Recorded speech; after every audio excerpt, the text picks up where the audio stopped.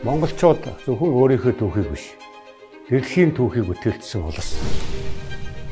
Түүхийн алдаач бидний багш, онооч бидний багш. 1982 оны 3 дугаар сарын 30. Хаана хизээ хэн юу хийсэн бэ гэдгийг одоо энэ дөрвөн зүйлээр л судалж тогтоох. Энэ түүхэнд бол энэ бол амин сүнсэн л дээ. Гэтэл монголчуудын хувьд бол түүхэн тэр чигээр бахархал. Ард түмнийг нэгтгэж идэг ёс зүй, ёс уламжил нь юу юм бэ? Өнгөрснөө ойлгоод өнөөгөө зөв тодорхойлсон ард түмэн бол маргаашаа оновчтой олж харж чаддаг. Тэр түүх судлахын ач холбогдол энд л оршиж байдаг.